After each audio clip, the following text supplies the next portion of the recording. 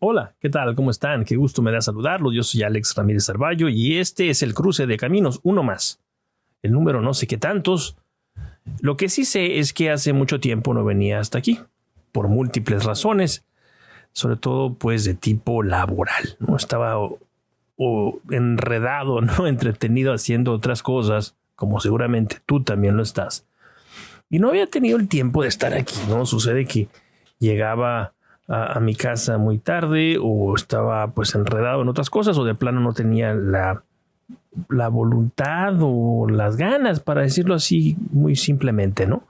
De pararme aquí delante de esa cámara y hablar a través de este micrófono, hablarte a ti, allá donde quiera que estés. Uno de mis temas favoritos, uno de mis temas por lo tanto recurrentes, es el del miedo. Y creo que la razón de que esto sea así es que soy un experto en el miedo. Y creo que la razón por la cual soy un experto en el miedo no es que yo sea un profesional de la conducta, un estudioso de la conducta. No tiene nada que ver con eso. La razón por la cual yo soy un experto en el miedo es porque yo nací con el miedo metido en el cuerpo. He tenido miedo desde que he tenido conciencia. El miedo es una de las expresiones, no quiero decir expresiones, esa no es la palabra adecuada. El miedo es una de las condiciones humanas más arraigadas, más propiamente humanas y muy a pesar mío, he de decir que también es una de las más necesarias. Gracias al miedo es que tú y yo estamos aquí, el uno frente al otro, porque el miedo nos ha permitido sobrevivir. Esa es la función del miedo, la de alertarnos, la de prepararnos, la de tratar de que nosotros estemos listos para evitar los problemas que vendrán, porque van a venir, ¿no? Y si no podemos evitarlos, por lo menos para tratar de reducir sus efectos negativos en nosotros.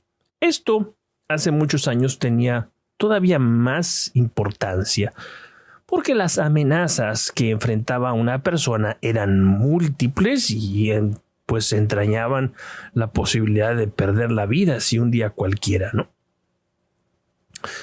Con el paso del tiempo, con el desarrollo natural civilizatorio en el que todavía nos encontramos enfrascados, pues esas posibilidades de morir un día cualquiera se han ido reduciendo enormemente. Sí, se han ido reduciendo enormemente. Nunca habíamos vivido en un mundo tan pacífico como el actual. Y esto que lo estoy diciendo así tan facilito, pues resulta difícil de creer para muchas personas que pues viven intoxicadas con la información que se desprende de los medios de comunicación, que son los grandes inoculadores del miedo. Viven, y hay que decirlo tal cual, viven de el estar constantemente produciendo estos efectos, ¿no? Estos efectos de temor en las personas. ¿Por qué? Bueno, pues porque el miedo es una emoción. Insisto, no soy un profesional de la conducta. Estoy seguramente utilizando las palabras equivocadas. Es un sentimiento, una emoción, una condición humana profundamente primitiva. Es como el sexo. Hace que nos enganchemos, ¿verdad? Profundamente. Por un lado, el sexo pues implica la posibilidad del disfrute, pero pues la función, digamos, fisiológica es la de la reproducción, ¿no? La de la pervivencia de la especie. Lo mismo que el miedo, ¿verdad? Son dos ramas de un mismo árbol. El miedo nos ayuda a que perviva el individuo y por lo tanto la especie, ¿no? Que haya más posibilidades para que la persona pueda reproducirse y que el ser humano continúe viviendo en este planeta. Decía yo hace unos 3 minutos que yo era un experto en el miedo porque nací así. ¿Por qué? No lo sé. Yo tiendo a creer que hay una predisposición de carácter genético con la cual yo he nacido. No lo sé. De verdad no lo sé. Para efectos prácticos esto es poco importante, ¿no? Lo verdaderamente importante es conocer la emoción, cómo opera y cuáles son las posibles consecuencias que ésta tiene. Diré también que con el paso de los años y con el aumento de las responsabilidades personales, este miedo va incrementándose y va ocasionando cada vez problemas o consecuencias negativas de un mayor calado, de mayor hondura. Lo terrible del miedo es que cuando se desata, cuando se convierte en un estado permanente, nos roba vida. Y esto es lo importante, que estemos conscientes de cuáles son los riesgos de un estado de ansiedad generalizada. No es lo mismo el miedo que experimenta una persona que de buenas a primeras se ve así arrojada a un escenario para, qué sé yo, dirigir unas palabras, ¿no?, delante de una multitud. No es lo mismo el miedo que siente alguien que tiene que tomar un examen decisivo, un examen importante, una prueba dura. No es lo mismo el miedo que siente el hombre o la mujer que pues decide acercarse a otro hombre, a otra mujer, a decirle que le gusta un montón, ¿no? A esa otra persona, pues decirle me gustas un montón. El miedo al rechazo está ahí, evidentemente, y la persona seguramente va a sufrir palpitaciones, sudoraciones, mareos, dolor de estómago, ¿no? Un estómago hecho nudo, como se suele decir. No es lo mismo todo esto, que tiene una causa totalmente circunstancial, objetiva, concreta, al miedo que permanece anclado permanentemente en el espíritu de ciertas personas que simplemente no pueden hacer absolutamente nada para que desaparezca.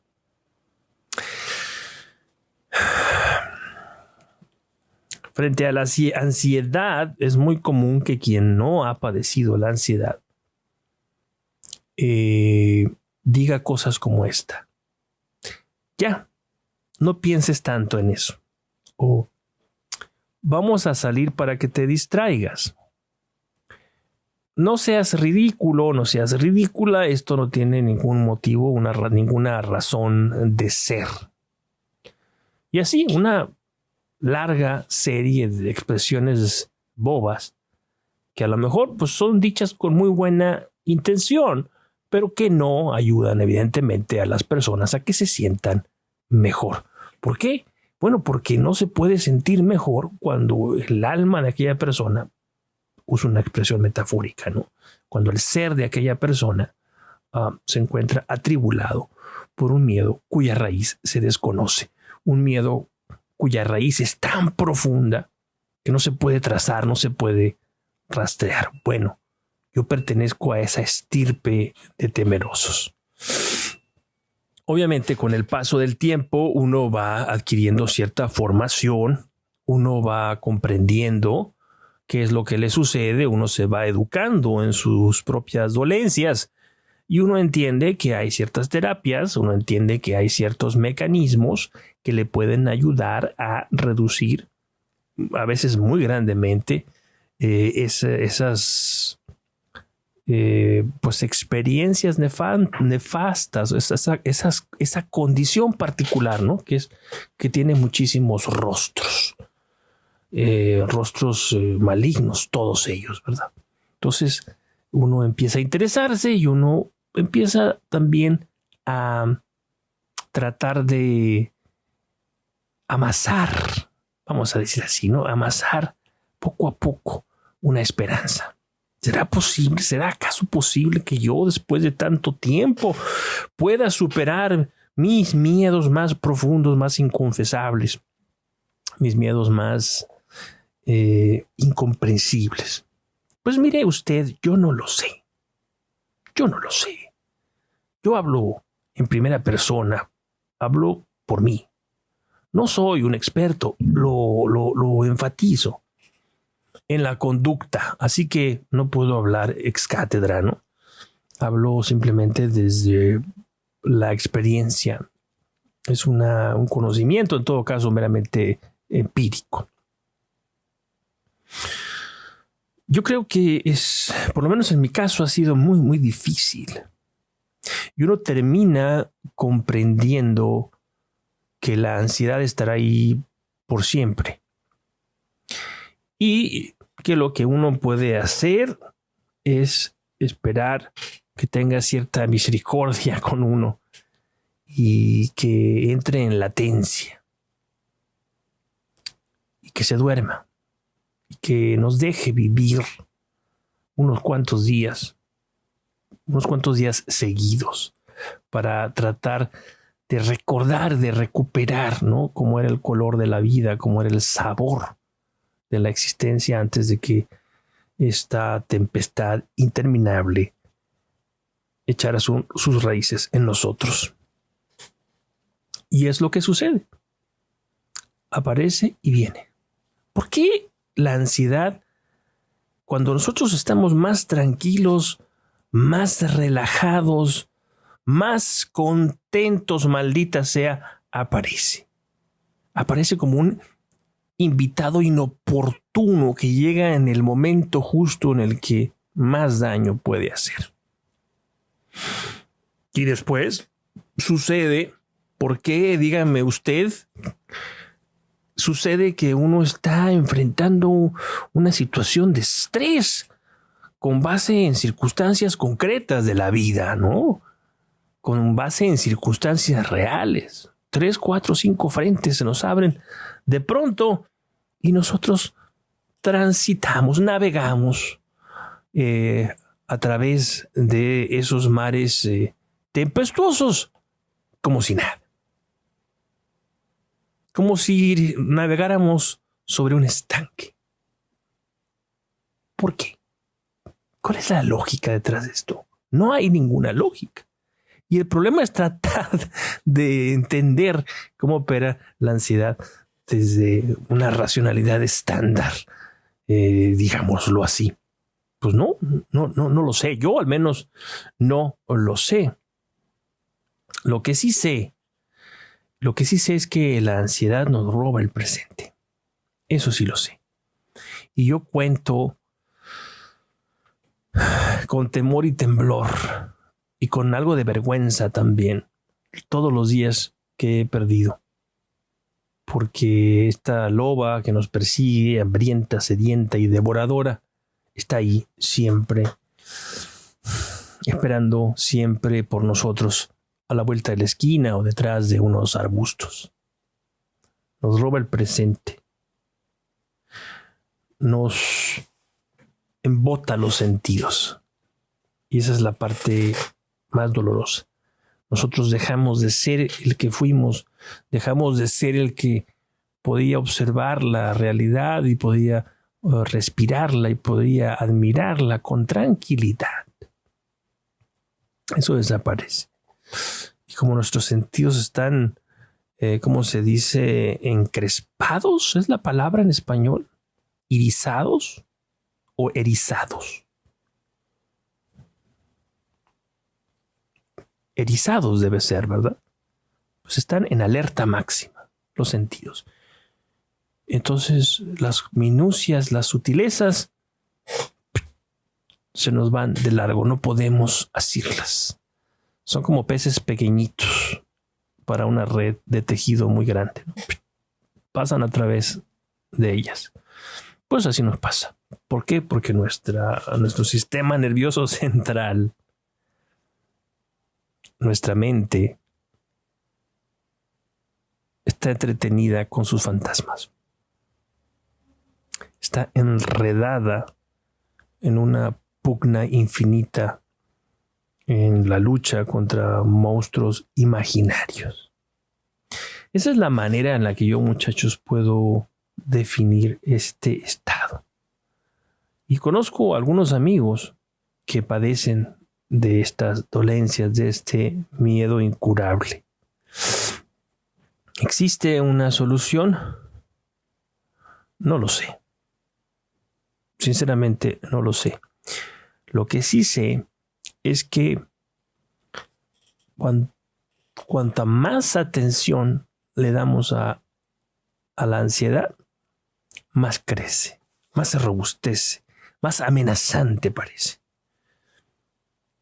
Cuando la ignoramos completamente, cuando no pensamos en ella, incluso cuando nos está taladrando por todas partes, si nosotros la ignoramos, termina por empequeñecerse. Por eso en mis notas yo he dicho a veces que la ansiedad se nutre de nuestra atención. Es como si bailara delante de nosotros, como esos niños enfadosos, ¿no? Que están ahí buscando siempre la atención de sus padres. Y quiere hacerse presente. ¿Por qué o para qué? Tampoco lo sé. La gente que sabe, la gente que yo he consultado, me ha dicho 1001 teoría, muchas de ellas muy simpáticas, muchas de ellas algo místicas. Pero yo, en realidad, no les creo del todo. Aplaudo y celebro la creatividad que tienen, pero no les creo del todo. Yo sé que hay zonas del espíritu humano que permanecen oscuras y son amplias zonas del espíritu humano que permanecen a oscuras y de ellas no sabemos absolutamente nada. Son como galaxias tan lejanas, tan íntimas y lejanas que no podemos saber gran cosa sobre ellas. Solamente alcanzamos a prefigurar, así como los antiguos miraban con horror y con éxtasis el cielo nocturno lleno de estrellas y entonces no tenían otra alternativa que fabular para tratar de explicar todo aquello. Eso que sucedía en la contemplación del macrocosmos sucede en la contemplación de la intimidad personal también. Nos produce un vértigo tremendo, un vértigo de muerte, como el niño que se asoma al pretil del pozo, ¿verdad? Y alcanza ya a adivinar abajo sobre el espejo tembloroso del agua algo que parece su rostro, algo que parece su silueta, pero poco más. Y esa visión le provoca un vértigo, un deseo de salir escapando y al mismo tiempo un deseo de lanzarse hacia abajo sin pensar nada. ¿Cuál es la raíz del miedo? Pues supongo que para cada persona el caso será único, será muy particular, aunque haya evidentemente vínculos, suelo común, coincidencias entre todos quienes hemos padecido los anzuelos o a veces los francos, las francas arponadas o arponazos, ¿cómo se dice? ¿No? Que nos pega aquí en el costado como al Cristo en la cruz, el miedo que llega sin anunciarse y que nos ocupa y que nos toma como toma un ejército, una ciudad, ¿no? Nos sitia y nos impide vivir. Cuando la gente, a veces con muy buenas intenciones, se acerca a mí y me dice, no pienses en ello, simplemente vive. Si esto malo pasa, pues es porque tiene que pasar. La vida es así. Yo agradezco sus comentarios, pero en mi fuero interno, evidentemente me río y me río con amargura, porque todo aquello es absolutamente inútil. Como decía, creo que era Pascal, el corazón, a ver si me acuerdo bien. Pascal decía que el corazón tiene razones que la razón desconoce. El corazón tiene razones que la razón desconoce. Así que estamos condenados a permanecer en cuanto al conocimiento de nuestra conducta y de nuestro ser, permanecer relativamente ignorantes. O, lo voy a decir, muy ignorantes al respecto. Quizás por eso no tenemos otra alternativa que los mitos o esta forma particular, privada de la mitología que es el arte. En mi caso, incluso esta terapia de venir a hablar con ustedes, creo que me ayuda, creo que me hace bien. Eso es todo, muchachos. Sean felices. Vamos a intentarlo. A lo mejor, después de tanto intentarlo, alguna vez funciona. Hasta pronto.